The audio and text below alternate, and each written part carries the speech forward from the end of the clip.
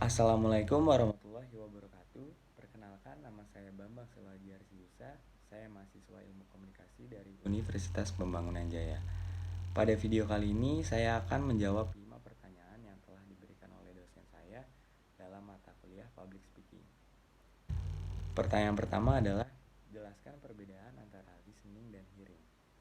Menurut Lukas, hearing atau mendengar itu merupakan proses fisiologis yang melibatkan getaran gelombang suara pada genang telinga serta adanya penembakan impuls elektrokimia dari telinga bagian dalam ke sistem pendengaran pusat otak. Jadi mendengar itu kita hanya menerima getaran gelombang suara pada ke dalam telinga kita, namun kita tidak memahami dengan jelas pesan di balik suara tersebut. Contohnya itu seperti ketika kita mendengar suara kicauan burung.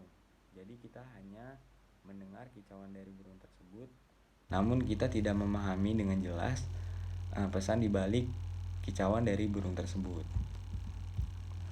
Berbeda dengan mendengarkan. Menurut Lukas, mendengarkan itu berarti kita mengamati dengan cermat serta memahami apa yang kita dengar.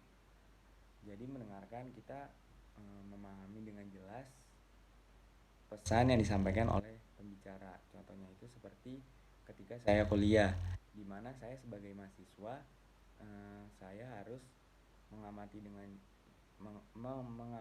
cermat serta memahami pesan yang materi yang disampaikan oleh dosen saya. Pertanyaan selanjutnya adalah, sebutkan macam-macam listening. Macam-macam atau jenis listening itu ada 4. Yang pertama ada appreciative listening, yang kedua ada comprehensive listening, yang ketiga ada empathic listening, dan yang terakhir ada critical listening. Pertanyaan ketiga adalah, jelaskan mengapa listening itu penting dalam public speaking. Nah, menurut saya listening itu mengapa penting di dalam public speaking, karena di dalam public speaking itu kan ada 2 peran, di mana ada komunikator dan ada komunikan. Kita sebagai komunikan itu sangat penting untuk mendengarkan, karena dengan kita mendengarkan, kita tahu jelas dan kita mengamati dengan cermat pesan yang disampaikan oleh sang pembicara. Dengan itu, public speaking akan berjalan dengan baik. Pertanyaan keempat adalah, jelaskan apa yang dimaksud dengan active listening. Nah, active listening itu berarti kita mendengarkan secara aktif. Tidak hanya mendengarkan saja, namun kita juga bertanya, kita minta penjelasan kepada sang pembicara, kita menunjukkan perasaan kita, dan kita itu membuat ringkasan dari pesan yang disampaikan oleh sang pembicara.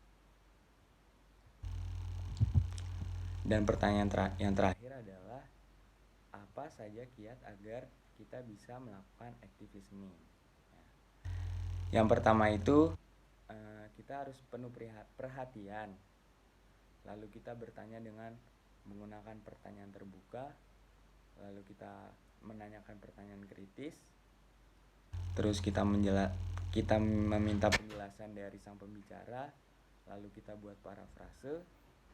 Kita ikuti irama dan tunjukkan perasaan kita kepada sang pembicara. Dan yang terakhir itu kita membuat ringkasan dari pesan yang disampaikan oleh sang pembicara. Sekian video jawaban dari pertanyaan yang telah diberikan oleh dosen saya. Kurang lebihnya mohon maaf. Wassalamualaikum warahmatullahi wabarakatuh.